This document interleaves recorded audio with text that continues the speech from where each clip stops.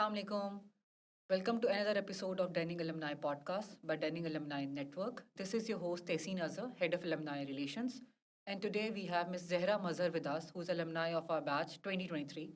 Zehra is currently working at TCS as legal officer. Welcome, Zehra, to our podcast. Thank you. Thank you so It's much. lovely Stacey. having you. Likewise. So, how this journey of legal profession started?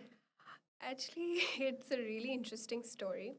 So I was during my O levels. I was in a conversation, more so an argument with my father, and I tell everybody the story. It's not inspired by some show or some series. It's just a basic conversation between a father and a daughter, and just he says that the way you speak, you should become a lawyer. And before that, I was really, because I come from a family of doctors. My mother is a doctor, my sister is a doctor. So I was sure I don't want to be a doctor. And then it was a whole journey of trying to figure out, okay, what do I want to do and everything. So, I was like, why not? It was an epiphany. So I probably, I was like, okay, let's give it a shot. And I was I was thinking about it because I was a first generation. I would have been a first generation lawyer. Right. I didn't have any experience of anyone in my family choosing this profession, and I think I like a challenge. So I was like, why not? Let's So give it on. started with litigation. No. Initially, when I started, obviously, when you're in 11th, you don't have that much perspective. Like you're just like, okay, I just want to do law. And when you have that mindset, you're just like, okay, whatever I saw in movies, because media does influence a lot Exactly, of yeah. your thinking. So I was like, okay, I'm gonna stand in a court, argue, make cases, and everything. I didn't know the nitty gritties of it much later on, until I took law as a subject in my A levels, just to see what is it about and everything. And I think that did give me a bit of perspective as to what is it and how do you go about it. And yeah, that was it. And then I was just like, okay, the next step. I did not have a lot of foresight. I was just like, okay, let's keep on taking baby steps, right? So I got into law school, and Denning was kind enough to cater me in that point in time. And yeah, I think the journey started, and right from there I kind of understood what is it all about. Right. What are the variations, what are the different areas of law which are predominantly practiced over here. And then it was a good journey from there. And then I eventually figured out, okay, there are two domains, basically.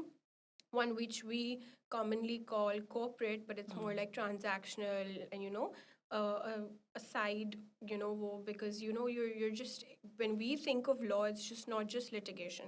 There's a lot of back end work, and there's another domain as well. With corporate, you're doing transactional work, you're doing advisory, you're doing consultancy. Right. So there are a lot of other domains, and I was like, okay, let's explore. But obviously, like every other law student, you're passionate about litigation, so you start on with that. So that's what I did. I started on with litigation in while I was doing my research, while I was applying for internships. So it was more I started with that, and then eventually I navigated through the career. Careers of Yeah, ठीक है. exactly.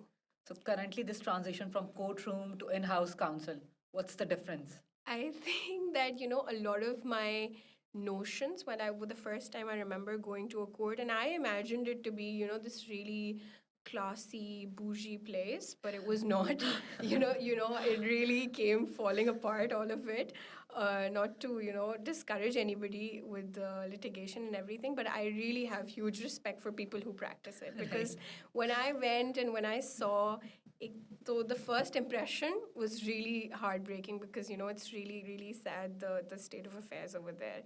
And then you go and you see, and it's not a very pretty place, because people come there when they have issues, when they have problems, and it's not the best. So I kind of, I was one day I was sitting with my mom, and I was telling her that it's really similar what we do together. Like, you're a doctor, when you're at your workplace, people Exactly. are coming in pain and agony with their grievances. When I'm at a court, I feel like that's exactly a The problems are similar, there. yeah, exactly a similar situation. So it was kind of, but I was still really passionate initially, during my starting from my first year only, just to give it a practical touch. I started working in the legal clinic, and it was a team of three people. We hosted some podcasts as well with really renowned lawyers, Right. and and then we started building a team of more people. There were, freshies, and there were new people. And then, we eventually we had this common ground of let's go and explore something. We all students trying to figure out what is it all about, what's the hype, what's the craze all about. And we took up a few pro bono cases, we went to court, and it was a good experience because I think the motivation was very right, which was that we're out there to help people. Exactly. They're and helping and people that without charging them. exactly, Hmm. that gives you confidence, Exactly. that Huh. gives you the ability to be a student, go and make an effort, prep a witness, go in front of the judge probably if you're lucky Right. enough, and present your argument, your pleading, whatnot. So I think that was a very good start, but I think it's all about your motivation, because I personally feel like I could do litigation till the time that it was not about you know earning money. Yeah, but when you actually want to pursue it as a career, and you want, because everybody wants to get a certain amount of remuneration from whatever they're doing. And that's when your motivation shifts and you realize that it's not well paid, well appreciated.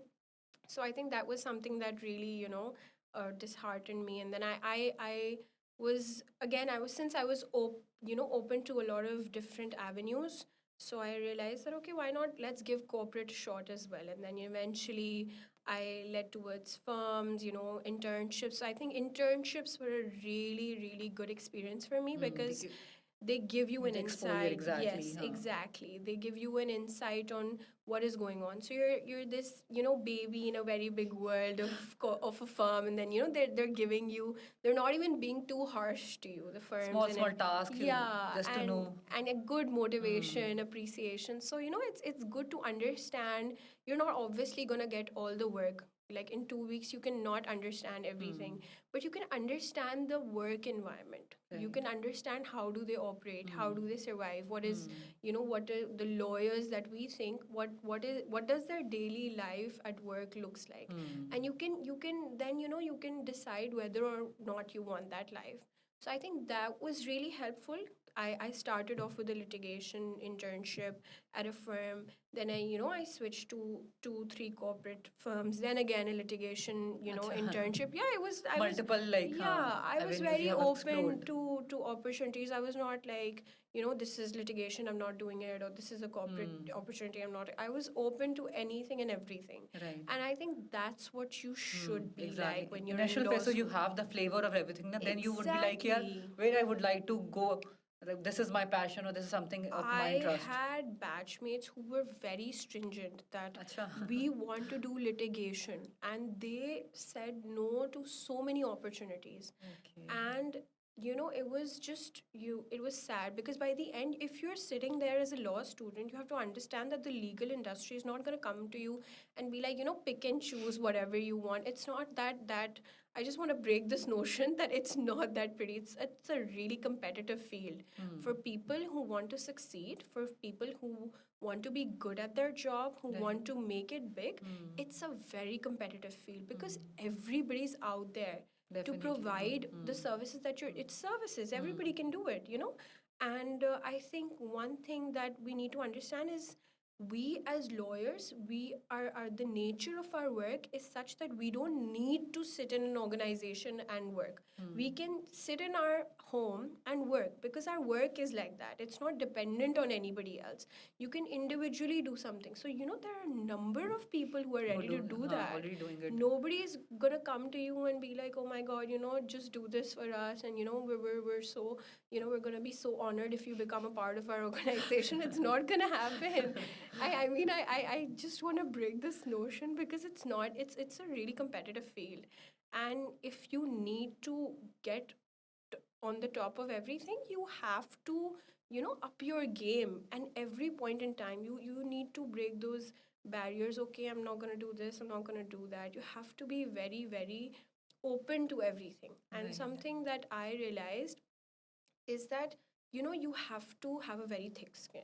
You have to have a very thick skin because it is nobody's gonna ease it up for you. Nobody's gonna. They're investing firms and lawyers. They're really busy people. You if you want to learn and if you want to work, you go to them. You tell them, I am ready to work. I'm ready to learn. You tell me whatever there is, I'll do it. You have Right. to go out there. You have to be initiator. Yes, you have to initiate. You have to be like, I'm ready for anything. Even Hmm. if they're making you do administrative things, do it. Because that shows how dedicated you are to do and You're learning learn. new things in Yes, that that as and well. that it's not like, oh my God, I'm not made for this and that. Yeah, you have to be open to everything. Everybody is doing Hmm. their job. Everybody is out there trying to make a living and trying to do something. So I think, yeah, it really comes with time. The perspective really comes with time that, you need to be. And I think if you're passionate about something, you don't feel like it's work. If you're passionate. I was just excited to be in a law firm. These So was there places. any defining moment for you? That, nahi, this is the thing I would like, and this is the right path. I think yes, because when I think that came much later on when I started working. I graduated, Right. and I was working in this company and as an in-house, because when I graduated, right before during my law school, I was in firms interning at different places, and when I graduated, I got an opportunity. I'll be honest, I got an opportunity at an in-house firm, in-house company, and it was really good. And the pay was really good, so I didn't want to say no, right? Right. So I just went there and I gave it a shot. I was like, okay, let's do this because, Hmm. again, there is this myth that you should not go in house too early in your career. Acha. Yeah, people say that, spend 2 to 3 years in a firm and then Then switch switch to in-house. in house Okay. because, you don't get to learn much in house and, it's not really elaborate and everything. So I was just like, okay, we'll see when that happens. But no firms are going crazy after me to come and be like, okay, come. But I went on with the opportunity, and initially I think I struggled a bit to find really, like, material kind of work. But then, I think it requires time. So there was this point where we got an international client, Right. and there was this whole transaction, something that was never been done before, that never happened before, because I was working for a software company, and they use AI and all of these Hmm. things, and there is no, like, framework for that. Acha. Yeah, because it's all Hmm. in the initial stages, right? Okay. We were just exploring it Hmm. ourselves. So we were making this, like, agreement, and we had to, like, I told my manager, okay, it's never been done before. Where do I go? What reference do I use? So she was like, just try to, like, go on the meeting, listen to the client, listen to our side, our business teams, and try to adapt everything from that, and just try to put it on there, Okay. right? Whatever you understand, and then, we'll review it. We'll seek some Hmm. assistance from our external counsels as well. So I did that, and I just did it, and I didn't think it would make it to the end and it would actually get executed and signed. But it actually did get signed. Yeah, Acha. it was Nice. my draft, and I went on going It got crazy. approved as well. Yeah, it got approved. The other party approved it. They because, at times the other party has a lot of problems Hmm. with the party The who's initial making. draft, Yeah, exactly. exactly. Huh. But because I was with them as well, in the initial stages of communication when the transaction was materializing, so I think they understood that, I got their perspective, I got the idea. And there was a language barrier as well, because I think they were from Saudi. So, Okay. they're talking in Arabic and everything, and, we had a translator, so I had to listen to the translator. But I think it was a really It's a big learning moment, experience yeah, as and well. it was really rewarding for me when I saw that, okay, this is my draft that got signed. So yeah, I think that was one moment that really made me feel that, okay, I'm doing something right. Very three nice. years, Very 4 nice. years, I feel like I'm doing something right. So yeah, that was a good So, what moment. do you think? What is the major difference or challenge while practicing in court or while practicing in house? Okay, so I feel like in court, we I can only speak of my experience as Mm-hmm. a woman, as a Hmm. female. I think for women, the The whole experience. environment is not that welcome. I feel like Okay. that. That's what That I was felt. your That experience. was my experience. Okay. Obviously, it can differ from person to person, but I Hmm. feel like it was not that welcoming. The Hmm. courts, although you have like female judges, you have a lot of female lawyers who are really empowered, and I have huge respect for all of them. But I feel like you have to have that mental stability to be like, okay, this is not a welcoming place, and I'm tapping into a place that is not welcoming. So you can't be You like, have to make your space. yes, and you can't be like, oh, somebody said this to me, somebody said that to me. You have to be, and I couldn't do that. I'll be very honest. I was not able to do that. I was not able to be in that headspace where I'm like, okay, I'm going into a place where I'm not welcome. I have to create my own space. I have to create my own thing. And in-house was really, welcoming, because I think in corporate, women are more welcomed, they're more accepted. And I was just, I was like, okay, fine, there's a place that wants me, so why not go there where they want me? Right. Yeah, so I think it really sums up to the part that, what do you want in your career? What do you want in your life? What is your perspective? And in-house, I would say, is different in a way where, people say there's no advocacy, there is no research, there is no, drafting in Right. courts or in litigation, or let's say in a firm.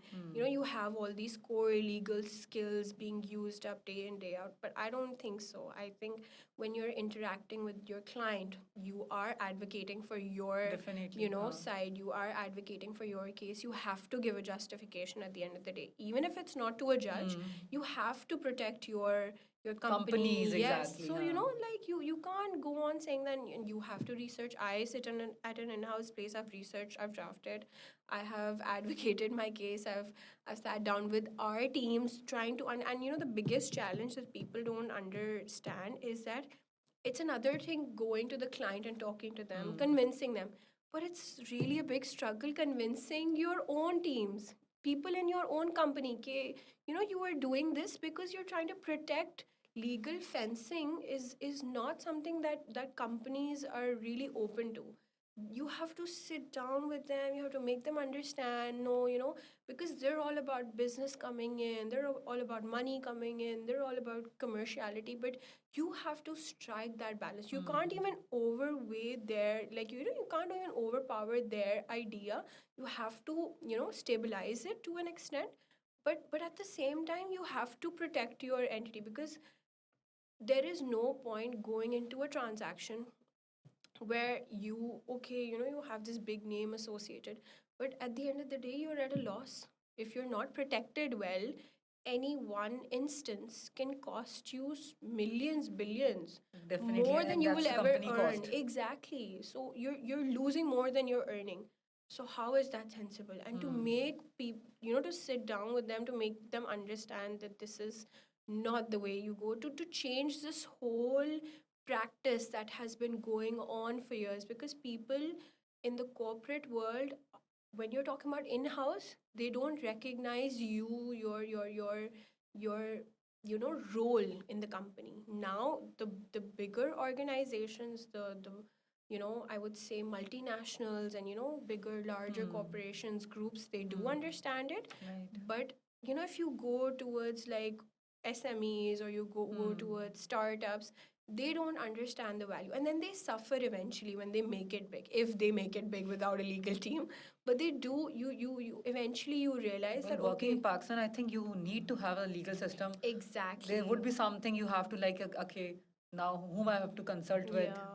So it's because, and that too, and another thing is that when you're interacting with international clients, they don't believe your word of mouth. Acha. They're like, we need everything on a piece of paper, and we Exactly. need protection on that. Documented. Yes, they will not adapt to your framework, your practices, your notions. You have to adapt to them, Them. because if you want to seek investment, you have to curate yourself, you have to cater to their needs, right? Right.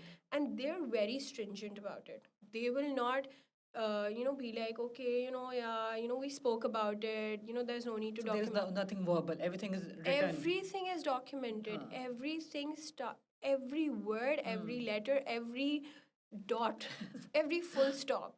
They will fight you on a full stop. They will fight you on a comma. They will fight you on anything because they will. Why are they doing that? It's just very simple. Why there are people who are like, why are they fighting over such small things? Because they will use it one day. Like they will actually use that document to support their side, and that's just a very basic thing that's so hard for people to understand, but I hope they do Definitely, हाँ understand, वही yeah, ना वो eventually. whatever you are documented, so it needs Yeah, to be accurate. I think it's more about, as an industry, changing your orthodox techniques and your behaviors, and changing the whole way you operate. So I think people are not really comfortable with change, especially when the new generation comes to them and they're like, you can't do this, you can't do that. They're all about, you're a junior, you're just a kid, what do you know? But they don't realize that you're not trying to overpower them, you're just doing your job as a lawyer. If you're saying no, that's just you doing your job. You're not telling everybody ki, this is right, this is wrong. You're just doing your job. Right. So I don't understand why is there so much resistance when it comes to changing our ways, and those ways that were not really helpful for us. Let's say if we're moving towards a better tomorrow, better practices, and more governance, more stability. I don't understand what's the problem with that. So I think eventually, just for the new generation, for the people who Might be are, for the new tools as well, in terms of yeah, like if we have AI based tools, so we can use exactly. that in our legal system as well. I think yes, but at the end of the day, yeah, what I experienced, I was initially, because I don't know if people will be able to relate, but in law school you're like, your teachers are like, don't use AI, don't Acha. use AI, you'll get, the UL will catch you, and they will like you'll get caught up in plagiarism and all that. So I had that mindset, and I didn't leave that mindset in my career. And I think that was a problem for me then. That became, because now people are like, if you can be more productive with AI, there's no problem. Like, it's technology, use it to the best of your ability and get the best Exactly. You can results. have the idea, then tweak it according to Yeah, your own exactly. needs. But you do, I feel like even if people are using AI, I would please recommend them to just go through whatever they're drafting or whatever they're making up once more, because human touch is still important, and it Exactly, really definitely. creates a difference. I think the way we are able to understand, AI will just take the information from you, and it will generate something for you based on the information that You it have already given. has. It cannot Huh. curate something that it doesn't know of. Exactly. So but we can do that, we can innovate, we can create, and I think that is something that will always be there. So people are really concerned about AI taking over jobs and everything. That's not going to That's going, happen, because that's not happening. it will not have the ability. It's just using and processing whatever it knows, and it knows all of that because you told AI whatever, you gave that information. Prompt you have given already. Exactly. So I think that that's not a concern, and people who are using it are free to use it, but just be careful with it. Exactly. So, Technology needs to be Zera, handled how with care. this courtroom skills are useful in your in-house career? I think it comes a lot of it comes from the fact that when you're in court and you're standing in front of a judge, you are arguing your case. You're in a room full of people, Right. and nobody with you besides your team or your seniors or your juniors, whoever they are, and you're all alone, and you are proving your point, and you cannot be too emotional about it, you Right. cannot be too aggressive about it.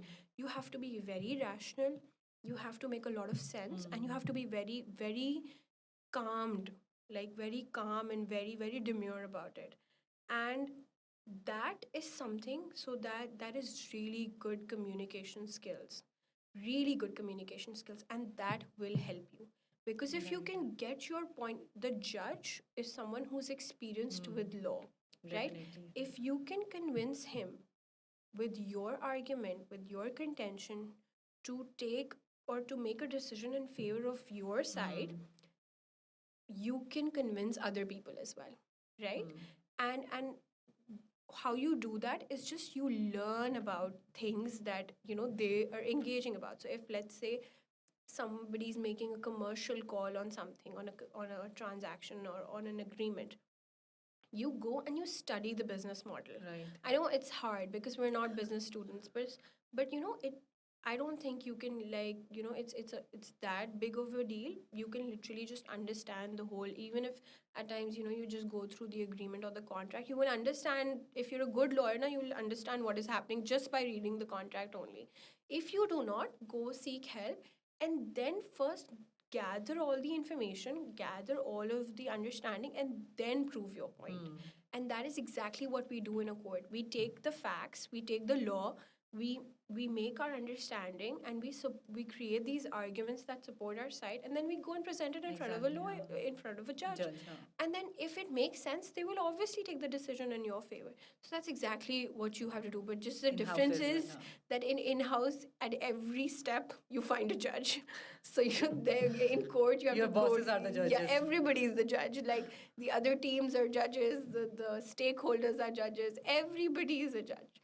So you just have to be well prepared. You always have to be, How to on counter that yes, stance. you always have to know everything at every instance, because you can Right. be questioned any point at Definitely, any huh. point in time. So yeah, that's the case, I think, with in-house. Right. So, what challenges do you think you have while adjusting towards this corporate side or corporate world? I think one thing that I had a hard time adapting with was completely, again, based on my personal experience, was that I'm someone who, I initially I had that that whole energy of going to court, arguing, making pleadings and drafting up and things, and finding the law, researching and everything.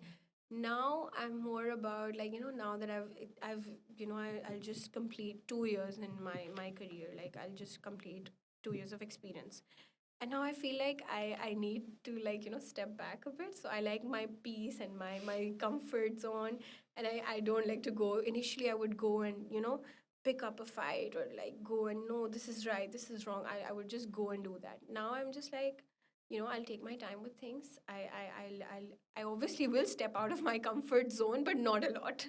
So I think that's something I feel like, I am protecting a bit of my peace, something that was not protected all these years. So I think that is something that I'm struggling with, is that, going out there, putting myself out there all over again, and then, just trying to understand these different perspectives, and then just, trying to create a balance. I think the balance between legality and commerciality is something that is really hard to crack, and that can only come when you were talking to people who are not from the same background as you. Right. So if you're talking to a business person, you sit down with a business person, you sit down with a finance person, only then will you be able to understand them. The bigger picture. Yes, as this The whole organization whole is working. organization, and sit with the management, because the management also has that bird's eye view, and that's something really, really important. You have to have, you cannot just be like, I'm a lawyer, I'm going to stick to all the legal risks and all the legal issues. No, you have to go out there. There's a difference between being a legal counsel and a general counsel to the company. Right. So, a general counsel is involved at every stage of any kind of decision, every stage, every phase of the company's journey or the tenure or their life. But a legal counsel will only be tapped when there is a legal problem. So you have to make yourself useful. There are, again, like, there are n number of people sitting there trying to, offer these services. What makes you different? You have to find that niche. You have to find that USP. So, you are preferred over those 100 people. Definitely. Exactly. So I think that's the case. So, what do you think after transiting to in-house? What skills you need to have? I think initially drafting and, like, research and advocacy, the three basic skills of a lawyer, so you obviously need to have, exactly, right? yeah. And I think, again, not gonna undermine the firm experience. I feel like that is something that you will get only when you're working in a firm. That full blown legal research, drafting, vetting, and advocacy, firms do give you. They're really, really tough to survive in, but they do equip you with those tools that you need, right? And then when you're in-house, additionally, I feel like you need a bit of a business sense as well to understand how money works, how businesses work. Right. So I think a bit of like business, a bit of finance, a bit of other domains, and that are involved in a company, you need to understand that. You need to have good communication skills. You need to be a good listener. You need to, Most because a importantly. lawyer who cannot listen to someone else's problem is not a good lawyer. You need to be able to sit and understand what they're going through, what is their problem, what is the hindrance. And then only when you understand it completely, and you need to create that safe space. For Right. example, my manager says that we have like our department is in a room, right? So the rest of the departments, they're out there open, but our department is in a room. So he's like, this is a therapy room. Everybody comes here with their problems and they're like, okay, this happened, that happened, how do we solve this, how do we solve that? So we're just waiting for crisis situation to come and then cater to it. So you have to be, and you cannot get tired. You have to be able to listen. You cannot get tired. You have to be comforting with your words. You have to be, because there's this perception that lawyers are a bit aggressive. They're a bit hot-headed, and I think it's somewhat Somehow. accurate. Yeah, I think Yes. so, and I can relate because I think I'm like that. But I feel like you have to be really calm. Something that I learned from my managers and my seniors and my mentors was like you have to be able to be calm about something. Like you cannot Then lose you your can head listen, and then you can like if you negotiate. lose your head, if you lose your senses, you will not be able to solve the problem. You'll Definitely, just create a bigger mess. So you have to be calm about it. You have to be relaxed. Everything can be solved. Every problem has a solution, but you have to not, you can't go crazy about it. You have to be calm about it. So I think being calm, having good that's the communication most skills, important one. very important, extremely important. So right now in your current role, what a typical day look like? Yeah. So basically, it's quite hectic because one of my managers is on a leave. So we have a lot of work, and so we basically have our agreements, our standard contracts, some new opinions you have to draft. A team requires opinion, and I think because of the nature of work that or the type of company that I work in, we're looking at a lot of claims, a lot of customer service claims, a lot of consumer claims, and we have our business department and their clients. They have a lot of grievances. So any kind, because it's a logistics company, so logistics are really tough to crack, I think. Because And day to day basis, but there are lots of exactly. problems. And at the end of the day, you're dealing with people at the field who are, these couriers and all of these people. And there's only a certain level you can control them to, because, they're not that, they don't come from very rich backgrounds and everything. Like, they're not that literate. And, at times they're really compromised with their understanding and all. So, they do make mistakes, and then, those mistakes can cost a lot at times because their deliveries, their parcels, and everything. So it's just that, that trying to understand that and help the consumers, help the customers, and everybody. Our department, we have a whole CS department catering to that, catering to the claims. Right. Yeah, and trying to solve the issues. Like settlement is a lot. It's a really big part. So sitting, negotiating, trying to solve issues, and not just about everything's not just about going and filing a case or just giving a notice or replying to the notice. No, it's about trying to solve that issue. What are the techniques that you can use to solve issues, right? So you sit down, you listen to we listen to our teams, then we contact the consumers and the people who have like filed those claims, and then we try to crack a balance with all of that. So I think that's what it typically is. 2 3 legal notices a day for sure. Acha. So yeah, that's something that That's we're how looking. that It goes on. really, yeah, goes. And when we don't even realize when the day goes by, like at 5 or 6, we're just like, oh, is it over? Like it's really over. We didn't even take our break. We didn't even do that. So yeah, that's what it looks like. Nice. So, what advice would you give to your aspiring lawyers who would like to come into in house careers? I think I would. I think one thing that I would like to tell them is that in-house is really nice. It's not, because there's this myth about uh, in-house not giving you enough experience and there's no growth Right. in-house. Like, at a certain level you go and you just halt. That's a But common misconception. yeah, exactly. But I don't think that's the case. If you're working with the right person, you will definitely go places. They will also go places. They will take you with them. But I think one advice is that do not look at the name of the company. Do not look at, the kind of work. Look, or the scale of the company. Look at the person that you're working with. Right. Who are you reporting to? Who is your reporting manager, your line manager? Who is your team leader? A good leader will take you good places, right? Not just himself or herself, they will take you as well. So I feel like one thing that I always prayed for and wished for, and now it actually came true, is that I have really good bosses and Very really good nice. You're very managers. lucky I'm then. very lucky, alhamdulillah. I'm blessed, if I may put it that way. They teach me, they learn with me, and they share their experiences. They're not very, like petty about credit or, Just or keeping to themselves. recognition. Yeah, exactly. So it's teamwork. Right. And I think in houses, and it just does not teach you legality. It teaches you business. It teaches you commerciality. It teaches you how to work in a different environment. Like firms are pretty aggressive with their work, and so be it, because the kind of The nature of work is workflow different, huh? that they're operating on, is it requires that kind of struggle. But I think in-house is much more relaxed, but at the same time it's not like your learning is being compromised.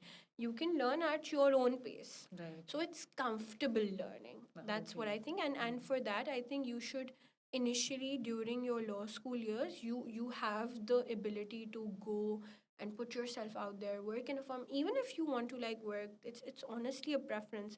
Work for 2 years, 3 years. But eventually, if you do feel like you want to switch in-house, and if you're just stopping yourself just because you think, your learning is halted, that's not the case. You'll still learn and you'll still get the opportunity to work. Okay. Now, I feel like there are good organizations that are recognizing the role of an in-house counsel, and they are utilizing that resource to the best of its abilities. Just again, what do you have to offer? So try to create your own like skills. Try to work on your existing skills, polish them. And I think now, the whole world is about skills. It's not Definitely, about huh? like academia so much. That part is important, but skills are also recognized and they're given a lot of value. So just try to gain and gather as many skills as possible to, make yourself useful to the company and to the organization, whichever organization it may be. If it's a firm, if it's a company, whatever it is, just try to make yourself useful, I think, and work on your like growth, your career growth, your personal growth, and I think that will eventually lead you somewhere. Definitely. Definitely. Yeah. So, what next for Zera? I don't know. Probably, let's see. I think probably cracking in house first of all. That is something I would want to do. And let's see. I guess a few years here. Any like, are you planning to go and do LLM? I think I'm exploring my options right now. I think masters is a big commitment, right? Because it's not like bachelor's. Bachelor's is, starting off. It's all book learning and book. You're just dependent on your resources to understand. Masters is more about practical approach. Like it's practice. It's a Whatever niche as well, na? Then you will be specializing. Exactly. So, you have to look at different avenues. You have to look at different jurisdictions. Where do you want to practice? Some people, practice here. Some people move abroad. So probably I think at a stage, but I'm just sure I don't want to do a master's right now because I feel like there is still a lot for me to do in terms of my practice and establishing myself as a lawyer. I have a long journey to take. So once I feel like, I have gathered everything that I need from the practical, the corporate world, I think, then, I can take a switch to academia once more and, understand and then polish my skills. I don't feel like I need it right now. And I think that's how it should be. You should do a degree when you feel like you need that degree. You need to go for the Just upper. because everybody is going on this train and jumping and, moving doesn't mean you have to do the same. Yes, professional like licensing exams, I'm looking at those as well, and the different routes. So I think, but masters, I think it requires a commitment, and I'm not ready to give that commitment right now at this stage of my career. I want to grow myself a bit, I want to establish myself a bit, and then in the future, probably 5 years down the line, 6 7 years down the line, When probably we'll I'll see. be looking at a master's degree, hopefully. Right. Yeah. Thank you so much, Zahra, for Thank coming on this you. podcast. It was lovely talking to Thank you you. so much for And inviting me. thank you so much. It was a So, thank you pleasure. everyone for this podcast. And we will be having more podcast. Thank you.